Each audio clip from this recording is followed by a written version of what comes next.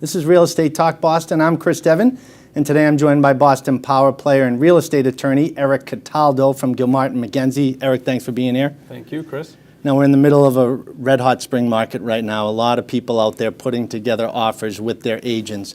So from the buy side, what are some things that a buyer should be aware of when structuring their offer with their real estate agent? Well, the biggest thing from my perspective is going to be dates and communication. And they kind of go hand in hand. You want to be talking to your lender to find out if you're structuring a mortgage contingency, is the date realistic?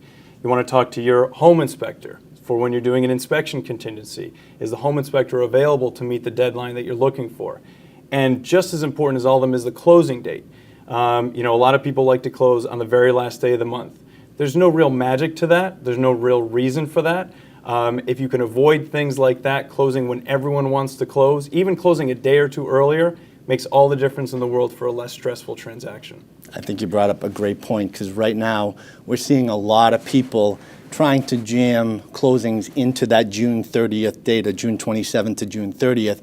We had a little bit of a slow first quarter, and as things started to pick up, I feel like everything is getting pushed into these dates at the end of the month. So it can really benefit a buyer, and I don't think they realize this. It can benefit the whole transaction to put it somewhere in the middle of the month or even in the last week prior at the end of the month, right? It's very true. I mean, on the last day of the month, you've got the lender's closing department, which is jamming, trying to get documents out. Their funding department, which is jamming, trying to get money out. The registry of deeds, which is overwhelmed with people closing. People don't realize that it's not just the buyer and their attorney that are trying to manage the process here. There are so many other factors at play. And when you've got all these other parts, basically, of the puzzle that have to fit together, it can be a real challenge to get things done on time. So plan accordingly with your agent and attorney up front. Absolutely. Avoid that issue. Great information, Eric. And if you'd like to reach out to him directly, you can do so by going to gmlawllp.com.